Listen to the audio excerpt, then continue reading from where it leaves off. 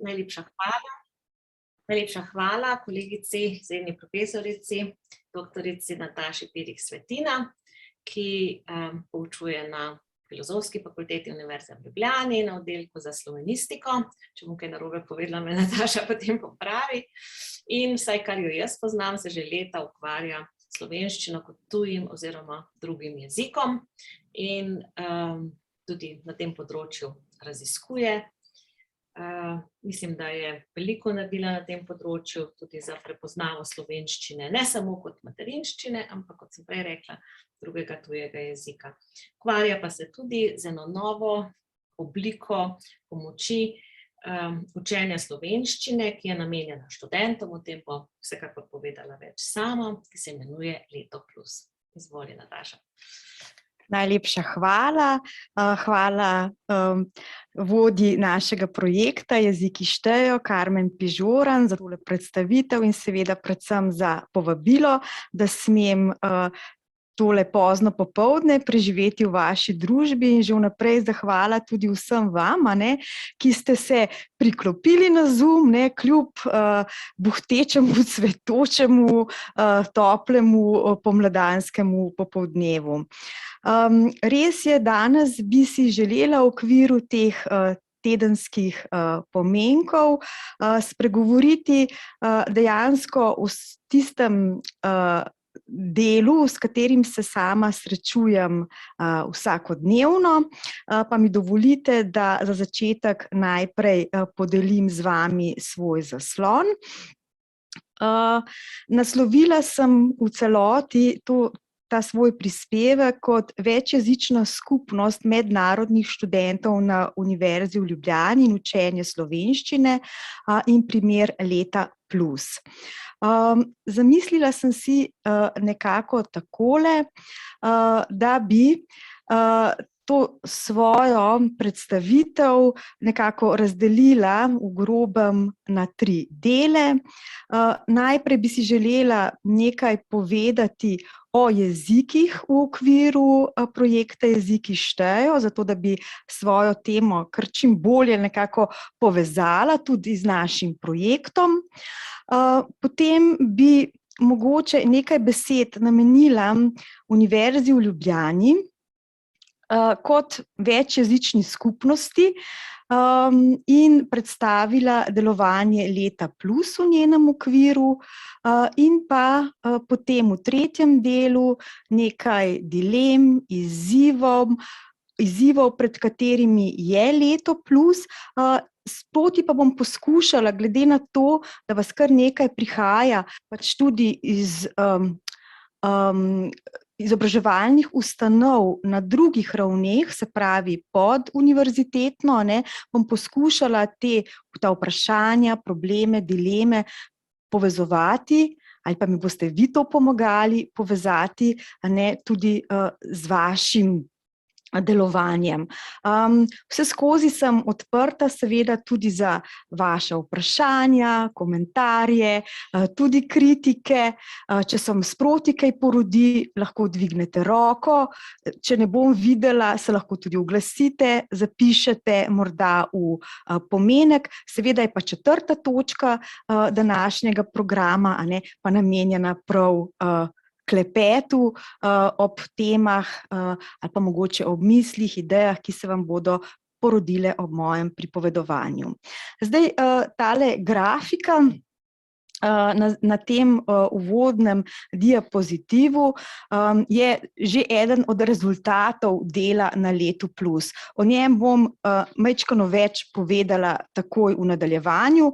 Kot rečeno, gre za dejavnost, ki jo je Univerza v Ljubljani namenila svojim mednarodnim študentom. To je tistim, ki na Univerzi v Ljubljani redno študirajo.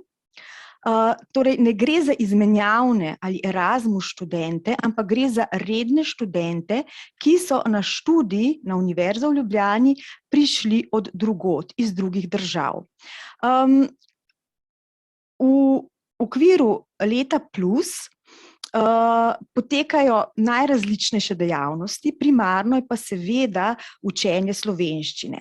No, in v preteklih letih je bila ena od dejavnosti med drugim tudi razpis za logo, ki naj bi Leto Plus predstavljal na družabnih omrežjih, v tiskanih medijih, povsod, kjer se pojavljamo, in je bil pač prav razpis namenjen študentom, ki so vključeni v Leto Plus in so prispevali pač svoje ideje, in med njimi je bila kot taka najbolj prepoznavna izbrana ta, ki nekako simbolizira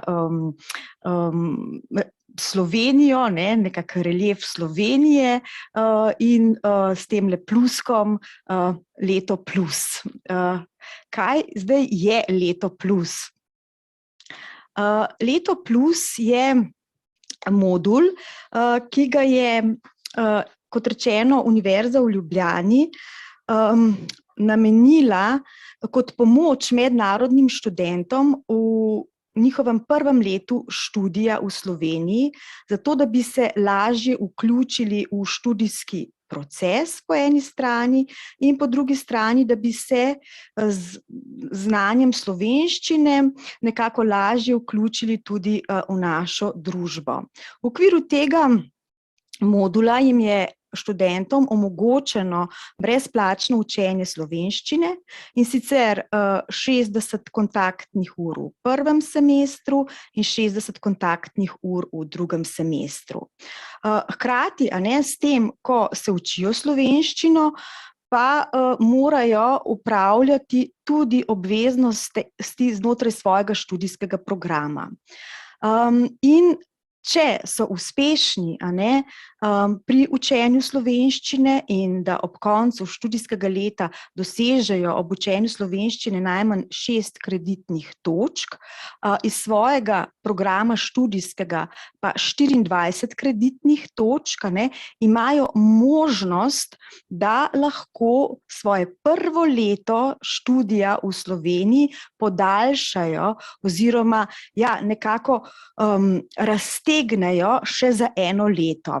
In iz tega pač izhaja tudi poimenovanje Leto Plus, kot to dodatno leto, kot možnost, da zaradi tega, ker nekako manj znajo na začetku, ker imajo težave z jezikom, ker imajo posledično težave pri sledenju študijskemu procesu, da se jim omogoči, da v bistvu vsaj prvo leto, da delajo nekako 2 leti in v tem času naj bi recimo nekako dohiteli tudi ostale študijske kolege. Treba je povedati, da je to draga možnost za večino, in ker pač to poveča stroške bivanja v Sloveniji, in se za to možnost v resnici le redki odločijo. Ampak obstaja pa, možnost je, da jih nekako sistem ne izvrže. Zdaj, ideja o nekem takem podpornem pouku slovenščine za tuje redno vpisane študente Univerze v Ljubljani sega recimo vsaj v leto 2008, ko so bili pripravljeni tudi prvi učni načrti pouka slovenščine kot tujega jezika na univerzitetni ravni.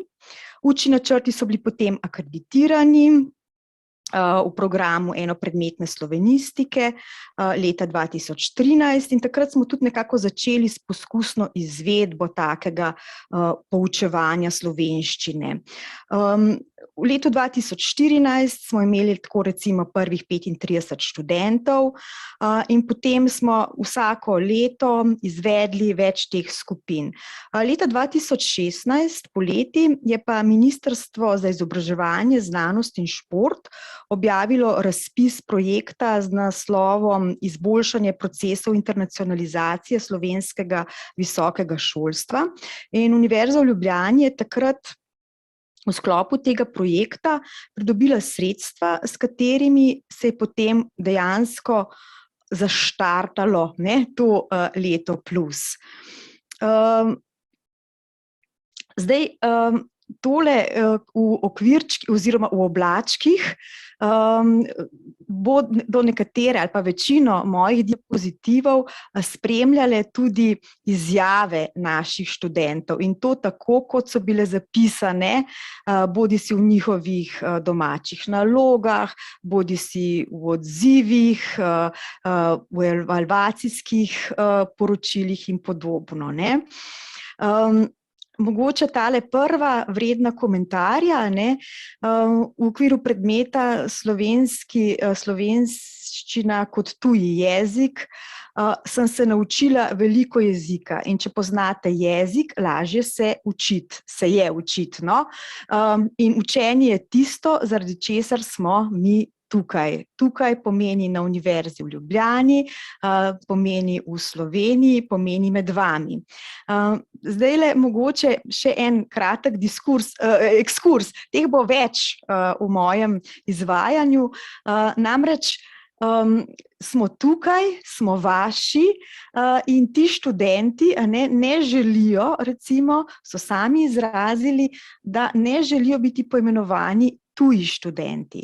V veliko dokumentih na univerzi se uporablja še vedno tuji študent. Tudi jaz sem in tje kdaj uporabila to zvezo. Ampak dejansko oni so tukaj, oni so naši, oni študirajo pri nas. Oni so tako kot vsi ostali moji, naši, tvoji, vaši študenti. In zato jaz poskušam po analogiji z angleško ustreznico, international students, uveljavljati, saj ne vem, če je mnogo bolje, ampak vsaj te drugosti, tujosti nima, če rečem naši mednarodni študenti.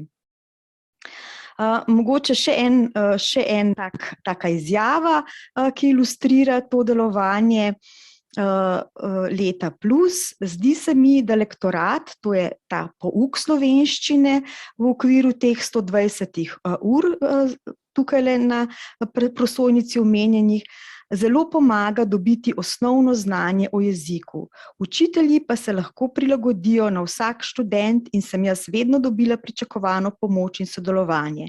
Ko sem prišla v Sloveniji, nisem znala niti eno besedo. Zdajle pa za manj kot 1 let slovenščino tekoče govorim in razumem.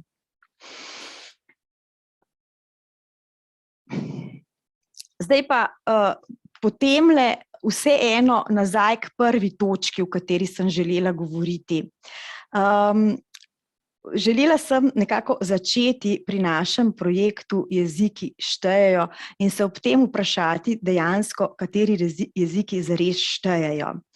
Zdaj, če se jaz nekako zazrem nazaj 5 let in se spomnim začetkov, tudi prijave na projekt in podobno, imam v spominu, da, ali pa nekako v zavesti, da projekt je namenjen podpori, razvoju dejansko vseh jezikov, ki se pojavljajo v našem izobraževalnem sistemu, od vrtca do visokošolskih ustanov. Zato ste med nami, taki, ki delujete od vrtcev, preko osnovnih, srednjih šol, do nas, mene konkretno, ki živim z različnimi jeziki na visokošolski, na univerzitetni ravni. In zdaj, to pomeni, po mojem mnenju, podporo vsem tistim jezikom, ki jih v izobraževalni sistem in vse procese, ki se odvijajo znotraj njega, vnašajo njegovi deležniki.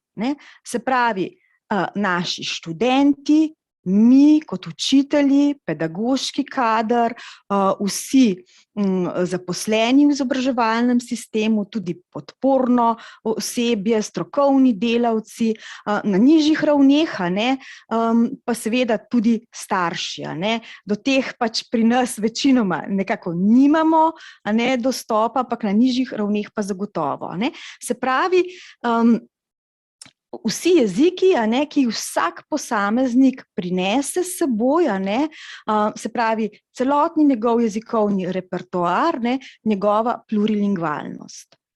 Na drugem mestu omenjam tukaj jezike, ki se poučujejo v našem izobraževalnem sistemu, ki so ki so v predmetnikih, ki imajo učne načrte, ki se izvajajo bodisi kot študijske smeri, kot tečaji, kot predmeti znotraj študijskih programov. In nenazadnje tudi jeziki, v katerih se v tem sistemu poučuje. In zdaj bi mogoče na kratko vsako od teh točk poskušala osvetliti z nekaterimi primeri na univerzitetni ravni. In se poskušala, tako kot sem rekla, ali pa mi boste vi pomagali, tudi nekoliko ozreti k vam. Zdaj, večjezične skupnosti oblikujejo posamezniki, ki v to skupnost vnašajo več jezikov, ker smo pogosto tudi sami plurilingvalni.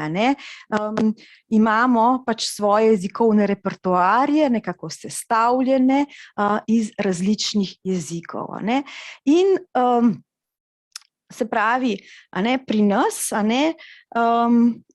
ta prisotnost teh raznojezičnih posameznikov ustvarja tudi skupnost našega leta plus, recimo, v vaših kontekstih so pa večjezične skupine na ravni vrtčevskih skupin, razredov v osnovnih in srednjih šolah. In zdaj tudi univerza kot taka v resnici je večjezična skupnost.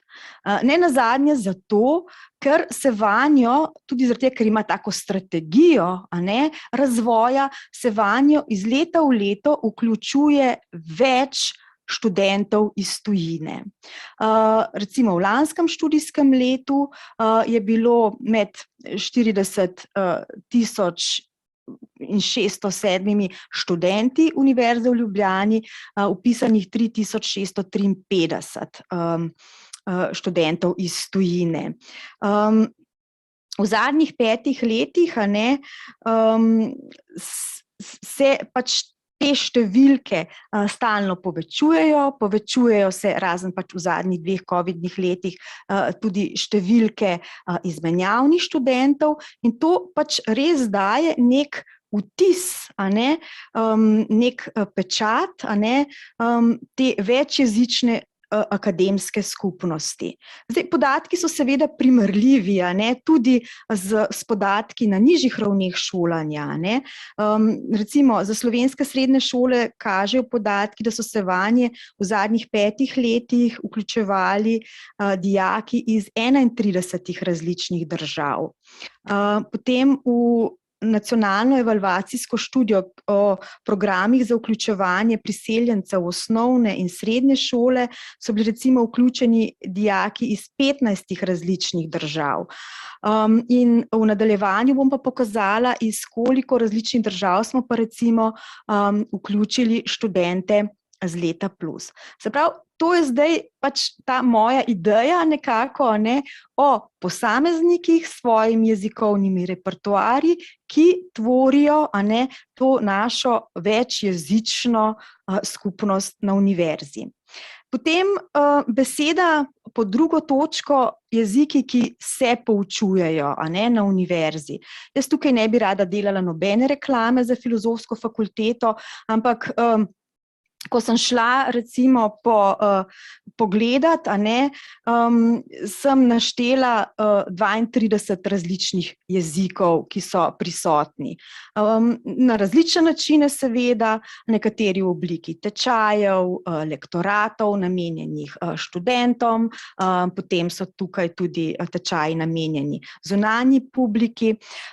Različni so razlogi, zakaj se ti in prav ti jeziki pojavljajo v našem prostoru, recimo v prostoru filozofske fakultete. Nekateri so taki, ki imajo tukaj domicil že vrsto let, tako rekoč od začetka.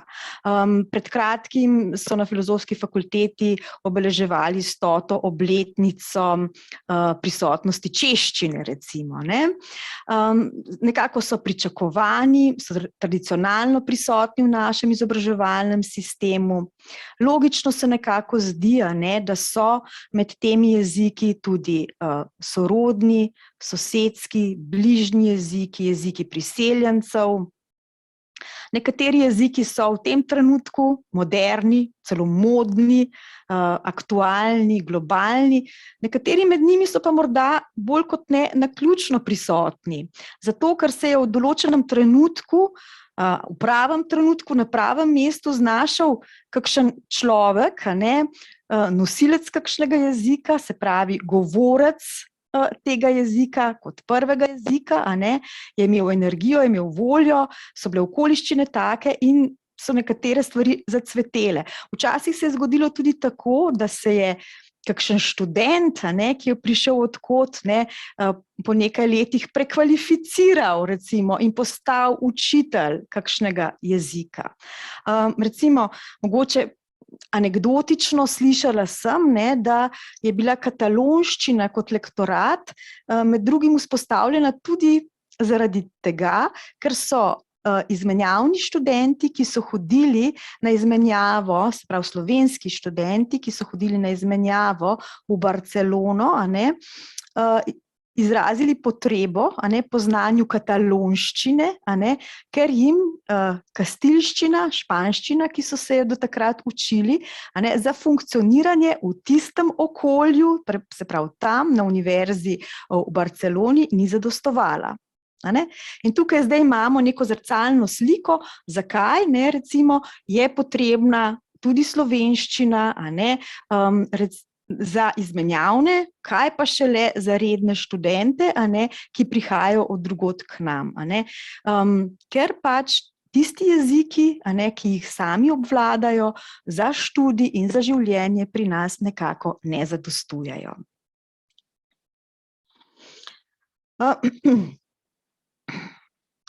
Zdaj, tretja točka, učni jezik. Slovenščina seveda je še vedno glavni učni jezik na Univerzi v Ljubljani. In zdaj iz tega zornega kota, jaz se bom pač omejila samo na to skupnost mednarodnih študentov in kaj to dejansko pomeni za njih, če je slovenščina prevladujoči učni jezik v učnem procesu. Nekako je prepoznano, da je za sledenje študijskemu procesu in za sodelovanje v njem jezik potrebno obvladovati na ravni B2 skupnega evropskega jezikovnega okvira. Po drugi strani pa velja tudi, da za potrebe vsakdanjega življenja v slovensko govorečem jeziku pa tudi potrebuješ določen nivo znanja. Zdaj, prva točka. Treba je povedati, da nekatere fakultete in programi znotraj njih na Univerzi v Ljubljani dejansko zahtevajo znanje slovenščine na ravni B2 že pri vpisu. Druge pa ne, dopuščajo, da se študenti vpišejo tudi brez dokazil o znanju slovenščine. In prav ti študenti imajo potem možnost, da se učijo slovenščine v okviru leta plus, medtem ko so že vpisani na fakulteto v redni program. Zakaj tako? Zaradi tega, ker slovenska zakonodaja ne dopušča, da bi se recimo lahko študenti, ki niso vpisani v nek program, lahko pridobili status študenta in bi lahko pri nas bivali. In zato mora učenje slovenščine dejansko potekati hkrati z njihovim študijem. Ne omogoča se neko pripravljalno leto leto, kot ga imajo pač v nekaterih drugih državah, kjer je prvo leto namenjeno zgolj in samo učenju jezika, v katerem bo potekal študijski proces, in šele drugo leto so potem študenti vključeni v študije, ki so si jih izbrali. Pri nas tako ne gre. Zdaj ob tem, da nekateri programi pa zahtevajo znanje na B2, oni zahtevajo zgolj potrdilo o znanju.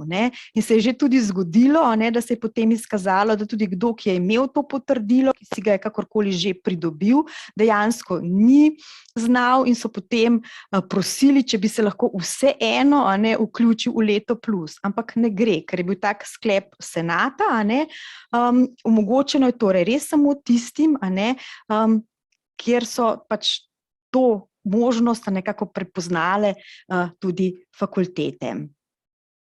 Zdaj, kot sem že rekla, nekaj ekskurzov bo, nekaj zastranitev v tem mojem pripovedovanju, kaj se nam dogaja, ko živimo v taki med raznojezičnimi posamezniki v večjezični skupnosti in se začnemo spraševati, kateri jeziki res štejejo. Tole je zdaj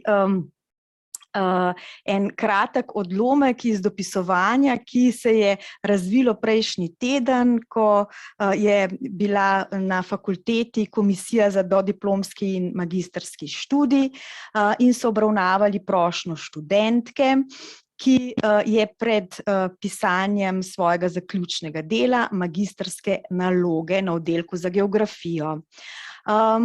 Po pravilih lahko zaključno delo mora biti v slovenščini, so izjeme, ki omogočajo tudi zaključno delo v angleščini, izjema so seveda tudi zaključna dela na jezikoslovnih oddelkih, se pravi, če študiraš španščino, pišeš zaključno delo v španščini, na francoščini v francoščini, sicer pa naj bi bila dela napisana v slovenščini in pod izjemnimi pogoji v angleščini, izjeme pa so, če je somentor ali člani ocenjevalne komisije, če so iz tujine. Tukaj pa je bilo namesto angleščine prošnja, če se lahko delo napiše v bosanščini, z utemeljitvijo, da gre za delo s temo, ki je vezana na Bosno in bo imelo pač neko vrednost, tudi uporabno v bosanskem okolju, in da je od tam tudi somentor. Mentor mora tako ali tako jamčiti, tudi za jezikovno ustreznost dela, in mentor se je s tem strinjal. Na koncu je to požegnala tudi komisija, čeprav je to v resnici v nasprotju s pravili. In zdaj se tukaj res lahko vprašamo, kateri jeziki štejejo, kateri štejejo več, kateri štejejo manj. Jaz ne bi tukaj rada dodatno zapletala, ampak samo rada bi opozorila na to, da se bo očitno potrebno o tem pogovarjati, da se bodo najbrž morala spremeniti tudi pravila, zato ker so se nam že zelo spremenile okoliščine. Visokošolska skupnost, v kateri živimo danes, je v resnici večjezična.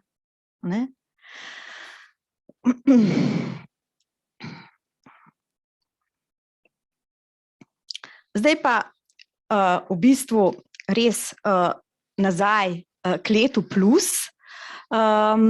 Mogoče, če povežemo s temle prejšnjim primerom. Leto plus je prostovoljno, nanj in izbirno. Nanj študenti se prijavljajo prostovoljno. To je njihova pravica, ni pa dolžnost. Se pravi, ne gre za njihovo obveznost, dokler se za to seveda ne odločijo. Magistrsko delo je pa drugače, magistrsko delo je pa obveza vsakega študenta. In zdaj o letu plus, smo že rekli, sprva je bil to projekt, in kot tak je tudi vseboval sprva različne vsebine. Med drugim smo poskušali pomagati tem mednarodnim študentom tudi s posebnim predmetom informacijsko-komunikacijske tehnologije za potrebe študija, pa predmet spoznavanja slovenskega jezika, slovenske kulture. To so se v začetnih letih izvajanja modula pojavljale kot neke dodatne izbirne vsebine, in kot take so z leti počasi ugasnile, ker se študenti potem, ko so se odločili, so znotraj modula raje izbirali samo tisto, kar je pa v modulu obvezno. In obvezno, če želiš tudi pridobiti tiste bonitete, morda podaljšanje svojega prvega študijskega leta, moraš obvezno učiti se slovenščino. Spet tukaj le ena ilustracija z izjavo enega od naših študentov.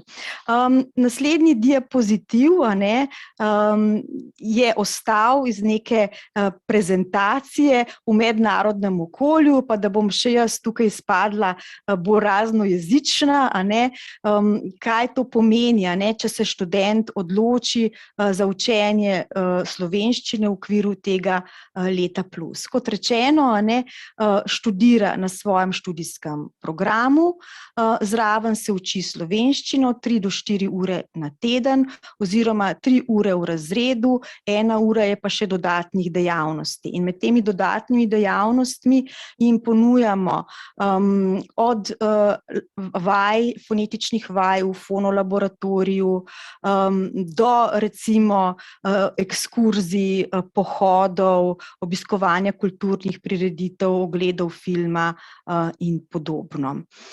Delo poteka, kot rečeno, skozi prvo študijsko leto in poteka, bi rekli, kar intenzivno in včasih tudi to študentom in učiteljem povzroča kar precej, bi rekli, izzivov.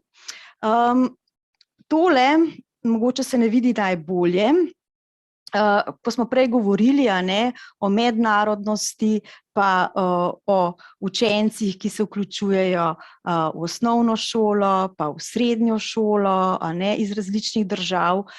Zdaj tole ni celotna podoba, iz koliko različnih držav se študenti vpisujejo na Univerzo v Ljubljani.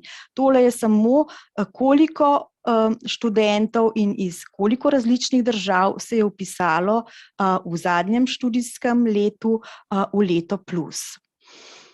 Sprejeli smo študente iz 23 različnih držav, in zdaj to lahko rečem, da je tudi leto plus neka taka večjezična skupnost znotraj Univerze v Ljubljani. In to večjezično skupnost mi sicer zdaj usposabljamo nekako za funkcioniranje v slovenščini. V slovenščini kot jeziku okolja, kot jeziku vsakdanjega in pa univerzitetnega življenja. Sicer se tudi na univerzo vpisujejo študenti iz okoli 30 različnih držav, v največjem številu, to pa tudi se vidi iz našega grafa, iz tistih držav, kjer se govorijo o slovenščini bližnji, sorodni jeziki. Problem je, da se pa tistim, ki bi našo pomoč najbolj potrebovali, to so pa te tukaj, ki jih vidimo v zelo majhnih številkah, dejansko ne moremo posvečati v zadostni meri. Zakaj ne? Dejansko so te številke tako majhne, da včasih zanje ne moremo niti organizirati skupine. Čeprav se zavedamo, da so ti najbolj ranljivi. Po drugi strani, zakaj je njihova številka tako majhna? Zato, ker so za njih tudi informacije težko dostopne. Težko dostopajo do informacij, čeprav so tudi v angleščini dostopne in tako. In dogaja se nam, seveda, da če je za nekoga, ki prihaja iz nekega nam kulturno in jezikovno bližnjega okolja, da je 120 ur kar pomeni neko število ur, v katerih že lahko kaj narediš. Za nekoga, ki pa je govorec zelo oddaljenega jezika, in ki prihaja iz neke kulture, ki je zelo drugačna, tudi izobraževalnega sistema, ki se zelo razlikuje od našega izobraževalnega sistema, pa veste sami, da 120 ur dejansko ne pomeni malo več kot nič. Zdaj, v tem študijskem letu smo imeli 360 prijavljenih študentov, sprejeli smo jih lahko 337, nekatere smo morali zavrniti, ker so želeli, kljub temu, da so se vpisali na programe, ki so zahtevali že certifikat znanja, so se poskušali vseeno vključiti v učenje. Nekateri so odpovedali sami, ker se jim prekrivajo obveznosti na matičnih fakultetah, ampak to je nekako tudi približno zgornja meja, ki jo kadrovsko in finančno še zmoremo. Nekako smo na letni ravni zavezani k izvedbi pouka slovenščine v 30 skupinah s približno 20 udeleženci. V zimskem semestru načrtujemo ponavadi skupino več, to pa zato, ker je, tako kot med ostalimi študenti, tudi med mednarodnimi pričakovanj približno 10% osip. In to se nam je to se nam kaže iz leta v leto, tako da smo zdaj že navajeni. Zdaj, osip, kot sem rekla, da je pričakovan tudi med drugimi skupinami, tukaj je morda lahko to tudi, da gre za neko brezplačno opcijo. Fino je, da je brezplačno, ampak študenti potem nekako v nekem trenutku to dojemajo bolj kot neko obštudijsko dejavnost, nek dodatek, nek tečaj, ne pa kot del v bistvu svojega rednega študijskega programa, kot je bilo zamišljeno, v resnici, ker bi to, ker se tudi vrednoti enako, kot ostale študijske obveznosti. In če bi tako bilo, pričakovano, bi morda bil osip manjši. Zdaj, čisto mogoče tako za ilustracijo pokažem, kako se distribuirajo naši udeleženci, večina jih študira na prvem bolonjskem ciklu, tja jih tudi pač največ se sprejme, bistveno manj jih je z drugostopenjskega študija, doktorskim študentom pa v bistvu posebej nekako ne promoviramo se in jih posebej ne vabimo, ker dejansko v njihov študij to ne more biti vključeno na enakovredni ravni, se pravi, kreditne točke se njim ne priznavajo. Tale distribucija študentov glede na članice Univerze v Ljubljani, pa hkrati kaže tudi ali pa nekako odseva tudi siceršnjo priljubljenost posameznih članic in pa tudi siceršnjo prisotnost mednarodnih študentov na njih. Zdaj, če sem jaz pravilno gledala poročila Univerze v Ljubljani, ekonomska fakulteta ima približno v svojih vrstah že skoraj 20% mednarodnih študentov, univerza v celoti 7%, teži pa nekako, da bi v nekaj letih dosegla nekako 10% prisotnost mednarodnih študentov. Tako je vsaj zapisano v strategiji internacionalizaciji. Pri tem je zanimivo to, da predvsem na ekonomski fakulteti dejansko nekateri programi to se zve nekako tako med vrsticami, od študentov samih potekajo popolnoma v angleščini. Ampak ne glede na to, tudi ti študenti se odločajo za učenje slovenščine. Predvsem tisti, ki so ugotovili, da bodo kasneje, ko bodo zaključili fakulteto, iskali svoje poklicne priložnosti v slovenskem okolju.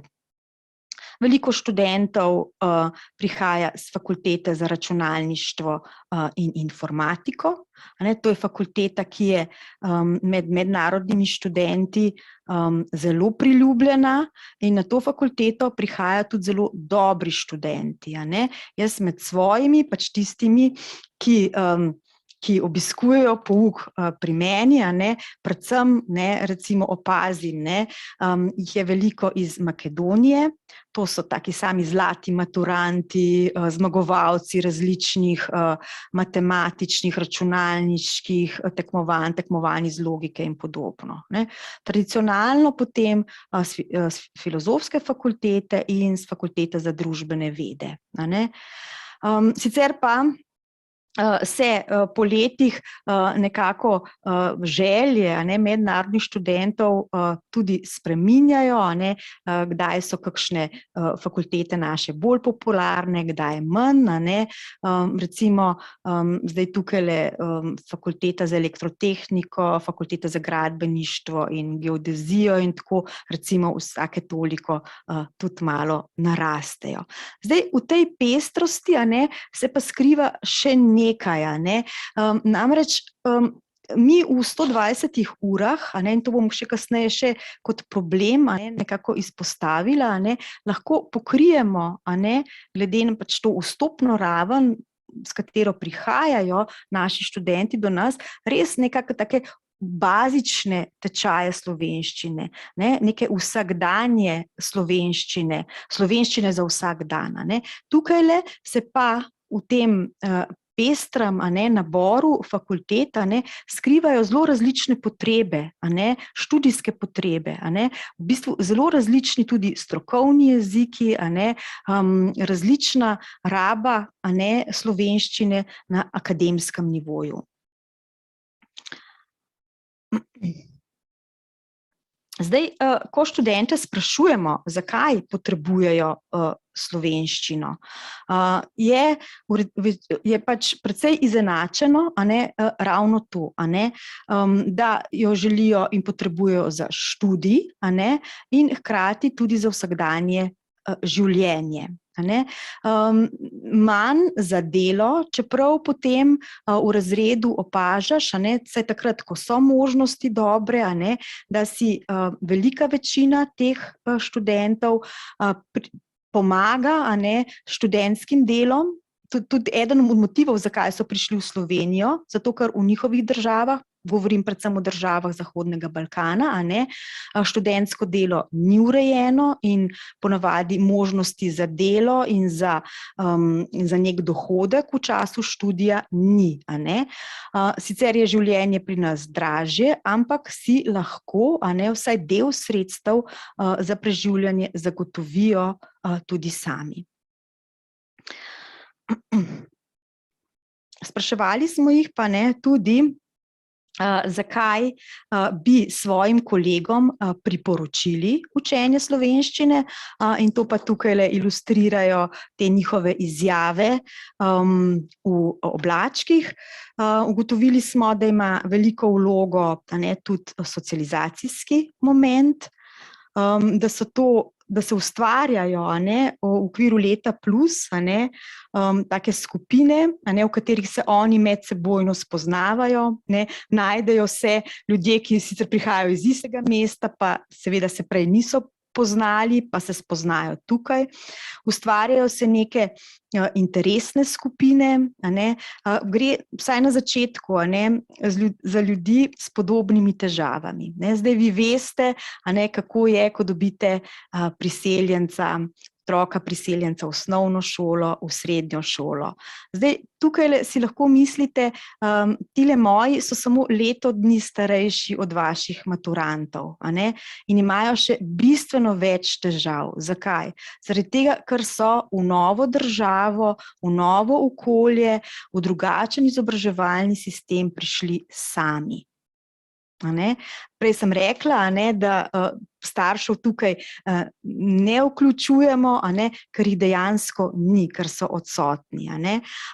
In zato je tudi to druženje pomembno. In hkrati, ne glede na to, da je velika večina študentov, ki prihajajo iz držav Zahodnega Balkana, je pa vseeno vmes tudi precej takih, ki pa prihajajo iz zelo različnih držav, in na ta način se ustvarjajo tudi multikulturne, oziroma večjezične skupnosti, ki jih pa zanimivo druži in povezuje ravno slovenščina. In zdaj samo v takih naših razredih, v naših skupinah lahko vidiš, kako se študentka iz Venezuele pogovarja s študentko iz Makedonije v slovenščini.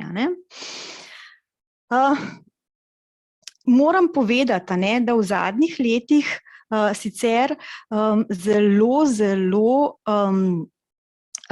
začenja v naše razrede prodirati tudi angleščina kot sredstvo sporazumevanja med njimi. Pred leti to ni bilo tako opazno. Tudi znanje angleščine pri teh naših študentih ponekod niti ni bilo posebej bleščeče. Spominjam se celo študentov, ki so prišli na študij iz Bosne in se dejansko do tedaj angleščine sploh niso učili, ker je bilo pač v njihovem učnih načrtih, pač v njihovem izobraževalnem sistemu, je bila recimo prisotna nemščina. Zdaj je pa to znanje angleščine vse skozi na visokem nivoju. Zdaj bi pa rada opozorila na tisto, s čimer se pa dejansko pri našem delu srečujemo in kar nas učitelje dejansko tudi skrbi, kar nas nekako tudi, ne vem, hkrati nas pa žene v razmislek o novih pristopih, o drugačnih pristopih. Že prej sem omenila, da za sledenje študijskemu procesu ne bi bila potrebna raven znanja na ravni B2 po skupnem evropskem jezikovnem okviru in po nekih študijah naj bi govorci oddaljenih jezikov za doseganje te ravni potrebovali približno 1000 ur. Zdaj pa si predstavljajte, v okviru Leta plus pa lahko zagotovimo študentom samo 120 ur organiziranega učenja. Jasno, smo v določeni prednosti pri tistih, ki so govorci sosednjih, sorodnih, bližnjih jezikov, ampak pri najbolj ranljivih, se pravi tistih, ki bi najbolj potrebovali našo pomoč, pa jim včasih niti 120 ur ne moremo zagotoviti. In tudi te bi bile le kaplja nekako v morje. In zdaj, kako se mi srečujemo in kako se soočamo in kako se poskušamo odzivati na to dilemo. Ena od želja je nekako povišati začetno vstopno raven znanja slovenščine pri teh študentih, ki prihajajo k nam na študij. Se pravi, da bi si želeli jim omogočiti učenje slovenščine še pred njihovim prihodom v Slovenijo. To bi, odkar se nam je zgodila pandemija, in odkar smo se nekako znašli v tem virtualnem svetu in odkar mogoče bolje obvladujemo tudi poučevanje na daljavo, mogoče celo uspelo. Pred tem smo rekli, to ni bilo mogoče, čeprav so bile ideje, da bi jih povabili prej, pa da bi imeli intenzivne tečaje. Ve se, da najbolj tudi priseljencem, to je bilo tudi potrjeno v tej nacionalni evalvacijski študiji, da najbolj koristi začetno intenzivno sistematično učenje. In takega bi jim, ker pač ne gre in vivo, ker ne morejo, ker nimajo še dovoljenja za bivanje, ker še nimajo statusa študenta do 1. oktobra, bi jim pač omogočili še v njihovih državah nadaljavo. Zdaj, treba je sicer povedati, da opažamo v zadnjem času vse več študentov, ki se že v svoji domovini pripravljajo na študij v Sloveniji, in se nekako učijo slovenščino, obiskujejo različne tečaje, pogosto sicer v organizaciji kakšnih agencij, ki jim tudi mastno zaračunavajo za to svoje posredovanje, posredujejo tudi pri prijavi in vpisu na študij. In zavedamo se, da je v bistvu dostopnost slovenščine zdaj bistveno večja, kot je bila še pred nekaj leti. Ampak tudi, če se oni učijo, ponavadi to ne gre za pretirano neko sistematično in intenzivno delo, veliko je tudi samo učenja. V okviru Leta plus pa bi res ponudili intenzivno, strnjeno obliko neposredno pred začetkom študija. Res usmerjeno nekako v znajdanje, orientacijo za študij v Sloveniji. Na ta način bi nekako, se nam zdi, prihranili čas in bi v prihodu v Slovenijo morda lahko, vsaj pri nekaterih, se začeli posvečati tudi slovenščini na njihovih ožjih strokovnih predmetnih področjih, tistih povezanih študijem. Zdaj, predvsem bi si prizadevali pri tem, da naj bi se zvišal nivo na področju receptivnih zmožnosti, torej razumevanja ob branju in poslušanju. To je tudi sicer pričakovano, tudi z njihove strani, recimo, ko poročajo, o tem, kaj so se ali pa v čem so najbolj napredovali. Po prvem semestru ponavadi zapišejo, da so najbolj napredovali ravno v razumevanju. Zdaj, mogoče zanimivo, zakaj taka ocena. Mi predvidevamo, da med drugim tudi zato, ker prihajajo na študij k nam dejansko z nekoliko višjimi pričakovanji. Ker gre za nekatere sosedski, vsekakor pa sorodni in bližnji jezik, upajo, da bodo že od samega začetka dobro razumeli. Pa dejansko ugotovijo, da so prve nekaj mesecev zelo, zelo izgubljeni. Moji študenti so oktobra in novembra dejansko preživeli ob tem, da so v popoldanskem času v Google Translate zmetali vse gradivo, ki so ga prejeli od profesorjev v dopoldanskem času. In potem pri meni preverjali pač tiste konceptualne monstrume, ki so tako nastajali. Zdaj, tukaj pa pokažem en graf, ki pa majčkeno podira ravno to, kar sem jaz zdaj pripovedovala, je pa nastal ob evalvaciji, ki smo jo izvedli po izvedbi Leta plus nadaljavo. Se pravi, lani smo bili celo leto nadaljavo, imeli smo pač srečanja po Zoomu, veliko se je delalo z gradivom v spletnih učilnicah in veliko dela je bilo usmerjenega tudi, ker seveda takole klepetati, dobro komunicirati, konverzirati se ni dalo, je bilo pa veliko več časa porabljenega recimo za pisanje. In to se je takoj poznalo in so študenti to tudi ugotovili, da se je pa z razliko od prejšnjih let pri evalvaciji pokazalo, da so pa po njihovih predvidevanjih dejansko najbolj napredovali ravno pri pisanju.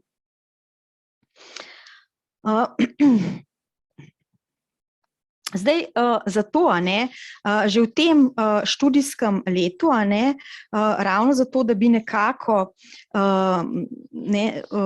poskušali vsaj pilotno, malo eksperimentalno, nekako približati se ali pa narediti, premostiti to veliko razliko med vsakdanjim jezikom in jezikom, ki je potreben za študij, bomo poskušali poleti, pred začetkom naslednjega študijskega leta, pilotno izpeljati vsaj nekaj skupin, nadaljavo tega nekega začetnega učenja slovenščine in res tako nekako pridobiti študente z nekim višjim vstopnim nivojem jezikovnega znanja, in da bi jim na ta način potem takoj na začetku študija, da bi jih lahko podprli dejansko tudi pri njihovem študiju. Zdaj, ko sem govorila prej o teh najbolj ranljivih, ki so govorci bolj oddaljenih jezikov, imamo težavo, ker se pojavljajo v relativno majhnem številu.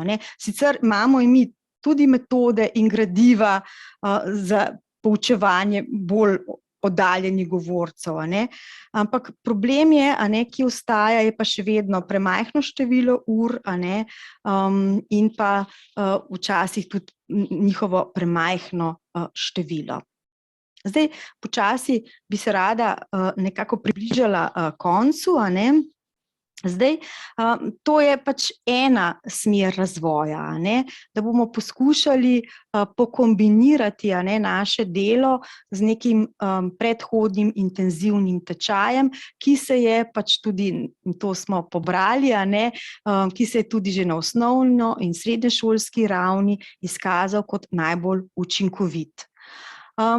Sicer grejo pa tudi premisleki, kot rečeno, v smer razvoja akademskega, tudi predmetno specifičnega strokovnega jezika, glede na programe, v katerih študirajo naši študenti. Kakšne so njihove potrebe? Verjamemo, da bomo lažje detektirali tudi s pomočjo podatkov, zbranih v korpusu osvajanja slovenščine kot tujega jezika, ki je tudi eden od spremljajočih projektov Leta plus, in v tem korpusu se zbirajo vsi pisni izdelki naših študentov, in seveda ta korpus je zelo neuravnotežen, ker prevladujejo besedila, govorcev makedonščine, srbščine, bosanščine, in zdaj si pač prizadevamo dobiti tudi več besedil govorcev drugih jezikov. Hkrati s poučevanjem seveda nastajajo tudi specifična prav za potrebe učečih se v programu Leta plus gradiva. Tukaj je samo naslovnica prvega priročnika te vrste, ki je namenjen pač prav tej naši največji skupini, se pravi govorcem južnoslovanskih jezikov, in nekako na podlagi nekih detektiranih težav, s katerimi se v slovenščini srečujejo ti govorci, uvaja neke vaje, tudi kot neke korekcijske vaje, in poskuša pozornost usmeriti in uzavestiti nekatere slovenske slovnice težavnejše primere zanje. Seveda še vedno ostaja odprta vprašanje podpore tistim z najbolj oddaljenimi jeziki in ne nazadnje, kar je najbrž aktualno tudi na drugih ravneh šolanja, vprašanje novih pristopov pri delu. Vse večja je vloga avtomatskega prevajanja in če so bili mogoče na začetku študijskega leta prevodi njihovih predavanj, še kakšni taki monstrumi, so se že skozi leto precej izboljšali, kajti prevajalniki se v resnici izboljšujejo tako rekoč na dnevni ravni. In glede na to, da jih uporabljamo vsi, bo najbrž potreba tudi, kako jih smiselno vključiti v naše delo, kako študente opozoriti na določene pasti, kako iz njih nekako največ nekako povleči. Jaz bi v resnici na tem mestu oziroma z nekaterimi še dodanimi izjavami naših študentov zaključila.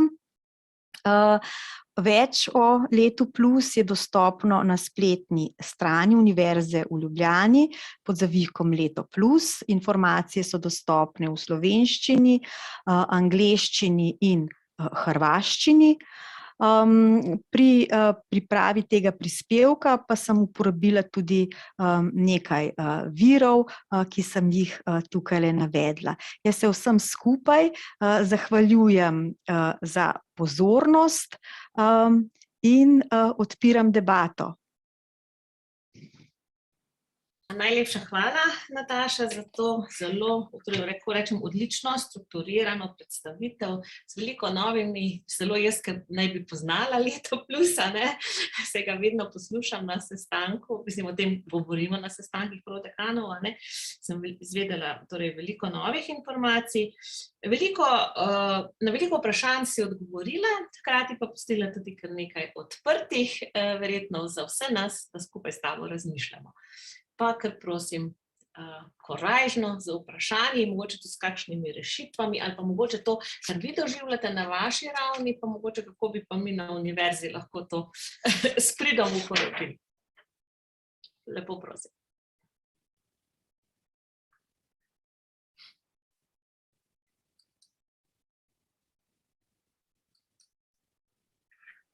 Kar korajžno. Lahko, Nastja, imam malo slabo povezavo, zato imam zaprto kamero, veste. V redu. Nič, jaz, če zdaj to prenesem na srednjo šolo, tudi mi dobivamo precej dijakov, torej, ki ne poznajo nobenega jezika in res imajo vedno manj ur priprav, torej na slovenščino. In predvsem je to zelo težko v 3-letnih programih, torej ure, ki so bile recimo 2-3 leta nazaj, so se zdaj precej zmanjšale število ur. In res, lažje za dijake, ki pridejo recimo iz Bosne, iz Makedonije, precej težje pa delamo z dijaki, ki prihajajo iz Albanije. Mogoče samo še to komentar, zdaj, ko sem to poslušala, torej moj mož je tudi, ko je prišel študirati v Ljubljano, so v tem času, govorim vam za leto 1978, učili slovenščino preko te organizacije ZAMTES. In imeli so 960 ur, torej več kot pol leta, da to jim je res pripomoglo, mogli so praviti potem izpit iz tega, torej slovenščine, in še zdaj imamo tiste knjige doma, samo slovnica. Ja. In mogoče samo še to, trenutno pa tudi gospod Euros Aleksandrov, on je ista generacija, je pa tudi slovenski konzul na Cipru. Skupaj sta bila tudi na tem tečaju slovenščine, tako da mogoče na taka slavna oseba, poznana oseba, on je doktor arhitekture na Cipru in je tudi slovenski konzul. Tako da preko ZAMTES-a, to je bila tista odskočna deska, da so začeli. Prvo leto, potem pa seveda je bilo torej študij. Tako da to je res, malo ur je res. In odlično je tisto, kar naredite. Res. Zdaj, to, Nastja, na kar ste spomnili, ne, na ta ZAMTES in to, ne, to so bili časi, ko je bila tudi zakonodaja drugačna, ko so bile pač tudi strategije razvoja drugačne, ne. In to je kar nekaj časa vztrajalo, ne. Jaz sem sicer že v Sloveniji začela poučevati, ampak tudi takrat je bilo vsaj za nekatere možno, tudi leto pred študijem, hoditi na tečaj, se intenzivno učiti slovenščine, ne. Jaz se sicer ne spominjam, da bi res kdaj prišli do 900 ali še več ur, ne, ampak vsaj 500 jih je pa bilo, recimo, ne. Ampak počasi, se je bolj smo bili kapitalistični, manj je bilo teh možnosti, no, ampak v končni fazi nekaj je, to poskušamo izkoristiti, je pa res, ne, ur je vedno premalo, tukaj me Liljana sprašuje, če smo poskusili tudi z učenjem v tandemu. Različne stvari poizkušamo, ravno tandemov nismo imeli, nenazadnje gre za precej veliko skupino študentov, 330 in več jih je. Poskušamo pa tako, recimo, da izvajamo recimo hospitacije. Jaz imam en predmet na fakulteti kot neko didaktiko poučevanja slovenščine kot tujega jezika in opazovalno prakso, študenti opravljajo pri teh skupinah in potem v skupinah Leta plus in potem v času teh pač opazovanj, pač navežejo stike in delajo v manjših skupinah skupaj, v parih skupaj in na ta način potem pač vrstniki, se učijo. Imeli smo pa tudi že recimo sodelovanje med študenti iz Makedonije, ki se v okviru Leta plus učijo slovenščino in Slovenci, ki na naši fakulteti študirajo makedonščino, da smo jih tudi neko to tandemsko učenje, no, to smo pa tudi že imeli, tako da odgovor dejansko je ja, smo poskusili tudi s tem. Ne moramo pa za vse, ker jih je preveč.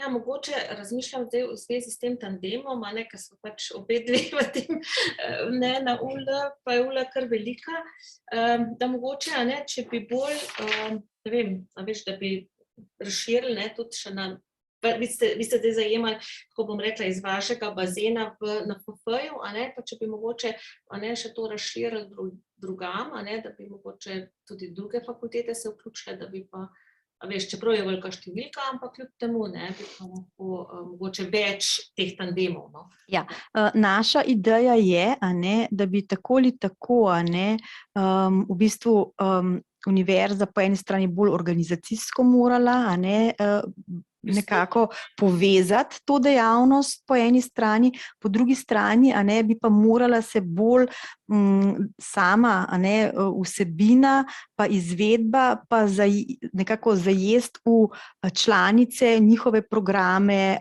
njihovo dejavnost. Ker dokler smo mi samo ena večerna dejavnost, ko se vse ostalo že zaključi, to ne bo šlo, Če pa bi bilo, to vključeno v urnike, pa tudi umeščeno v prostor, kjer oni sicer študirajo, pa mislim, da bi stekle lahko tudi tovrstne dejavnosti. Ja, to se jaz povsem strinjam, da je pač tudi problem za njih, ker smo, torej Univerza v Ljubljani je zelo raztreščena po celem mestu, in ni enostavno potem tudi za njih, z enega konca na drugega, pa tudi, če res, jaz se tudi spomnim točno to, kar je Nastja govorila, moj mož, je pač študiral na strojni in je imel kar veliko študentov, torej sošolcev, iz različnih držav sveta. On je mi pa tako vedel povedati, da so v bistvu študirali eno leto, tako kot si ti rekla, prišli so eno leto prej in da so imeli celo leto intenziven tečaj, tako so takrat temu rekli, slovenščine in so se lahko drugo leto potem vključili. In eno leto zelo intenzivnega študija, se pravi, cel dan se temu posvetiš, je pa nekaj drugega. Absolutno. Absolutno. Jaz to, kar si zelo dobro izpostavlja, je ravno ta razlika, ne, med vsakdanjim jezikom in akademskim, ki pa vemo po Kamensu, koliko let traja, da ga ti torej lahko osvojiš. Tako da, ja, tukaj smo kar, nismo preveč radodarni slovenščini. Ja. Jaz bi rada še nekaj. Ja, pardon. Ja, izvolite, Nastja. Ne, sem mislim samo to, ko ste govorili o tandemu, ne. Recimo nam to zelo pomaga, ponavadi je vedno v razredu tudi nek dijak, ki prihaja, ne vem, iz Albanije, z Kosova, pa je hodil že prej tle v šole, ne, pa pomaga potem dijaku, vsaj na začetku prve 2-3 mesece, da mu prevaja, ne. Tako da to so tudi ene take, recimo na programih, ne. Nekje imamo vedno to srečo, da tudi ti dijaki precej pripomorejo, ne, ker so v istem letniku, ne.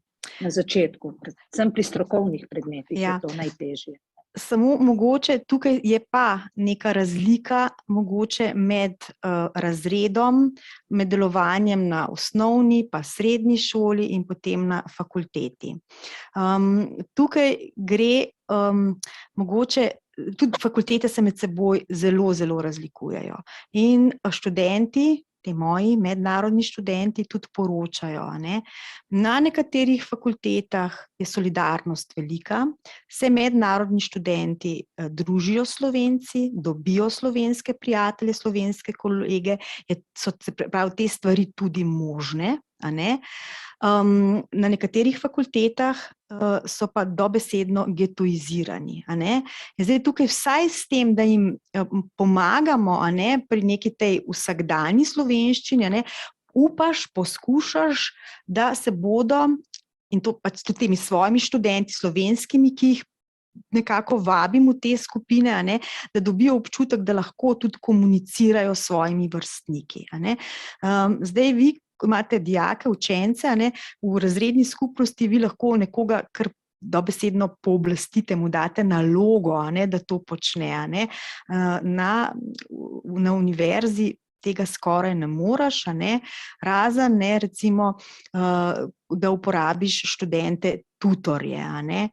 Ampak se mi zdi, da je študij, a ne, na univerzi veliko bolj individualiziran, veliko bolj, ne vem, tudi nekako samotno pa samotarsko početje, no, kot pa delo v srednji šoli. Žal po svoje, no, tako.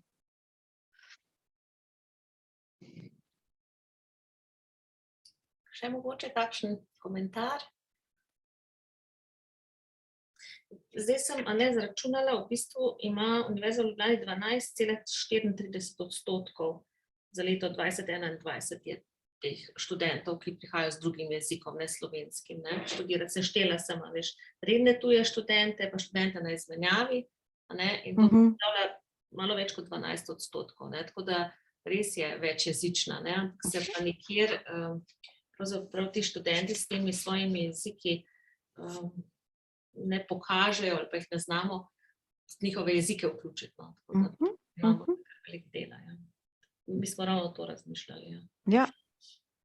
Pa to sem še, ko si zdaj rekla, ne, da boste pravzaprav šli v nek intenziven, verjetno program nadaljavo, ne, če imam prav, torej na spletno izvedbo. Pa sem razmišljala, ne, ta Duolingo je zelo popularen, a ne, pač med mladimi, no. Moram reči, da veliko mladih sem slišala, da se učijo jezike, ne, s pomočjo Duolinga. Ko pa sem šla gledat, pa slovenščine še ni vključena, imam prav. Slovenščina ni vključena v Duolingo, ampak so kolegi po modelu Duolinga pripravili svoj tečaj in ga razvijajo, in to je tudi v resnici zdaj tudi en del razvoja programa Leta plus, a ne. Gre za tečaj učenja slovenščine na daljavo z imenom Slonline. Je na razpolago na dveh ravneh, zdaj pripravljajo 3. in 4. naprej, a ne, in en del vsebin, a ne, naj bi bil pa tudi specifično, ne, za študentske potrebe, a ne. Ker gre za neke vsebine, a ne, ki se v nekih splošnih, klasičnih učbenikih, programih niti ne pojavljajo, ne, gre za specifično, ne, življenje v akademskem okolju, a ne, za, ne vem, pisanje, ne vem, kratkih sporočil v komunikaciji s profesorjem in takih reči, a ne, ki jih recimo Prav ni. rabijo, ne? Ja, ja. Ja.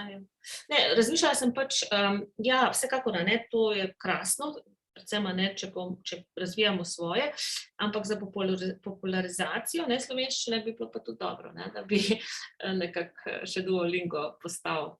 Ja, ne vem, najbrž so s tem kakšni finančni vložki povezani. Mislim, ja, in koliko bo tisti, ki se bo slovenščino učilo, verjetno tako oni se razmišljajo skozi denarja. Ja. Boš absolutno prav. Ja, prosim, no, dajte še kakšno vprašanje, še kak komentar.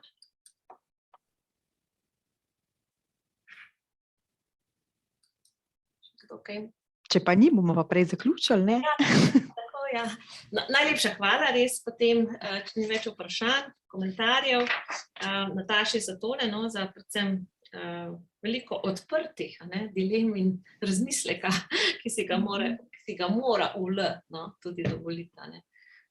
Ravno sem razmišljala, no, o tem, zdaj so pač prišla neka sredstva, veš, tudi za IKT, ne, kako lahko študenti na Univerzi v Ljubljani recimo tudi ne vem, skrbijo za svojo raznojezičnost, imajo kaj možnost, ne, se še naprej recimo, a veš, učiti, ne, jezike ali pa, no, pa tudi te, ki pač, recimo, ki so priseljenci, kako ohranjati materinščine, ne, pa ne vem, no, to bi bilo tudi treba malo. Ja, mislim, tam med onimi 32 jeziki se jih kar najde nekaj, ne? Ja, ne, to razumem, ne, nisem mislila te, veš, mislila sem recimo, če se nekdo piše, ne vem, na neko drugo fakulteto, ne, na filozofsko, ne, kako naj zdaj on vzdržuje recimo svoje, ne vem, boš prej pa študiral, tudi angleščine ene nimajo več, ne, ampak recimo, ne vem, nemščino, ki mu je bila drugi jezik, ne. Ja, no, se pravim, te tečaji so, ne, in so ponujeni tudi širše, a ne, študentom, to je, a ne. Jaz sem želela opozoriti na nekaj, mogoče ni to čisto v kontekstu, ampak kako so študiji jezikov pri nas, ne. Recimo, Rus pri nas ne more študirati ruščine. Zakaj ne? Zato, ker so predavanja v slovenščini. Na ruščini, ja. Na programu ruščine. Ja. Težave recimo pred leti, a ne, program germanistike, študij nemščine. Ja, zelo veliko število študentov vpisanih v bistvu iz Bosne, izseljenih v Nemčijo, šolanih v Nemčiji.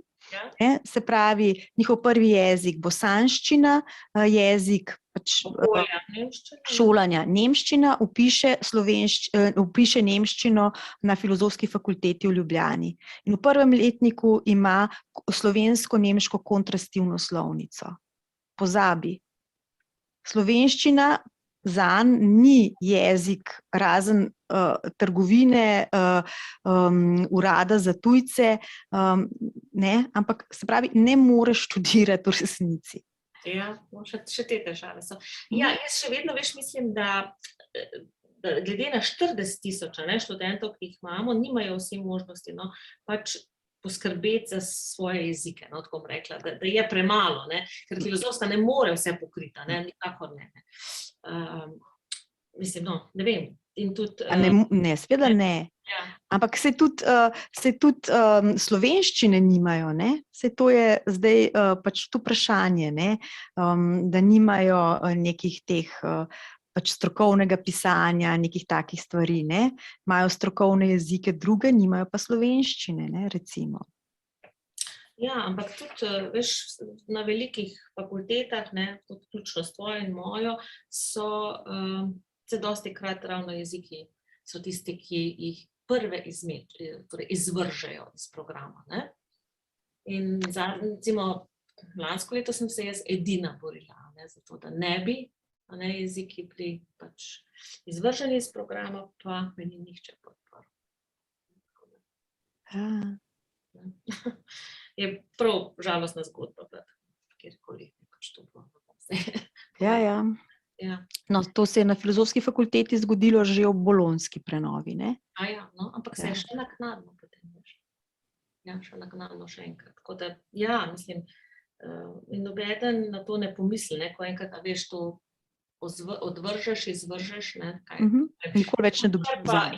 Kar pa opozarjaš na slovenščino, se mi pa tudi zdi, recimo pri pisanju, ne vem, magistrskih nalog, a ne, da bi bilo zelo dobro, da bi pač v programih, a veš, ne vem, slovenisti skupaj sodelovali s temi učitelji, ne, strokovnih predmetov, veš, in bi po moje lahko se pač veliko stvari, no. Mislim, bi lahko bil jezik boljši, a ne, bi potem več pisali in tako naprej.